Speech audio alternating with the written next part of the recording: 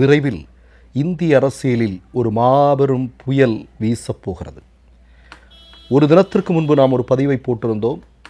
பிரதமருடைய அலுவலகத்தில் பிரதமருடைய மூளை என்று சொல்லக்கூடிய நபராக இருக்கக்கூடிய கிரண் ஜோஷி அந்த பதவியிலிருந்து ராஜினாமா செய்கிறார் என்று ஊடகங்களில் செய்தி வந்தது. ஆனால் இன்றைக்கு என்ன சொல்கிறாங்கன்னா, இல்லை அவர் தொடர்கிறார், பிஎம்ஓ அலுவலகத்தில் அவர் தொடர்ந்து கொண்டிருக்கிறார் என்ற செய்திகள் பாஜக வட்டாரத்திலிருந்து பேசப்படுகிறது. அது ஒரு பக்கம்.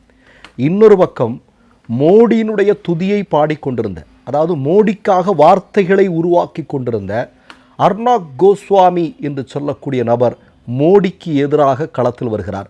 ராகுல் துதி பாட ஆரம்பித்திருக்கிறார். எப்படின்னு கேட்குறீங்களா?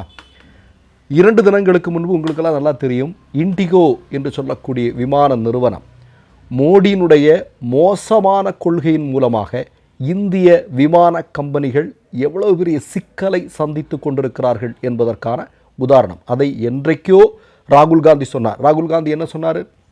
சில குறிப்பிட்ட நபர்களுடைய நலனுக்காக மோடி அரசு செயல்பட்டு கொண்டிருக்கிறது. அவர் அதானியை பற்றி தான் அவர் சொல்கிறார். இதன் மூலமாகத்தான் இந்த மாதிரியான நிறுவனங்கள் எல்லாம் பெரும் இழப்பை சந்தித்து கொண்டிருக்கின்றன. ஒரு மோனோபோலி முறையில் ஒரு மோனோபோலி உருவாக்கம் மோடியினுடைய ஆட்சியில் நடந்துட்டு இருக்கு. அது மிகப்பெரிய ஆபத்து அப்படின்னு என்னைக்கோ ராகுல் காந்தி சொன்னார்.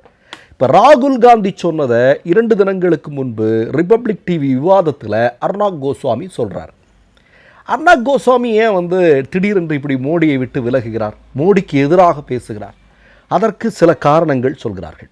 என்ன அப்படின்னா, இந்த அர்னாப் கோஸ்வாமியினுடைய ரிபப்ளிக் டிவியில் மிக முக்கியமான பொறுப்பில் இருந்த ராகுல் கன்வால் என்று சொல்லக்கூடிய நபர், இவர் மோடிக்கு ரொம்ப ரொம்ப வேண்டியவர். அர்னாப் கோஸ்வாமியை விட மிக நெருக்கமானவர் ராகுல் கன்வால் தான். இந்த ராகுல் கன்வார் சில மாதங்களுக்கு முன்பு ரிபப்ளிக் டிவியை விட்டு வெளியேறி என்டிடிவிக்கு வரார். என்டிடிவி யாருடையன்னு தெரியும்? அதானியினுடையது. அதாவது வட இந்தியாவில் பெரும்பாலான ஆங்கில ஊடகங்கள் எல்லாமே ஆர்எஸ்எஸ் சங்க பரிவாரங்களால் விலக்கி வாங்கப்பட்டது 2014. ஆனால் அவற்றையெல்லாம் முறியடித்து நடுநிலைமையோடு மோடிக்கு எதிராக, ஆர்எஸ்எஸ்க்கு எதிராக உண்மையான செய்திகளை சொல்லி கொண்டிருந்த ஒரே ஆங்கில ஊடகம் அப்படின்னு நீங்கள் பார்த்தீங்க அப்படின்னா என்டிடிவி தான்.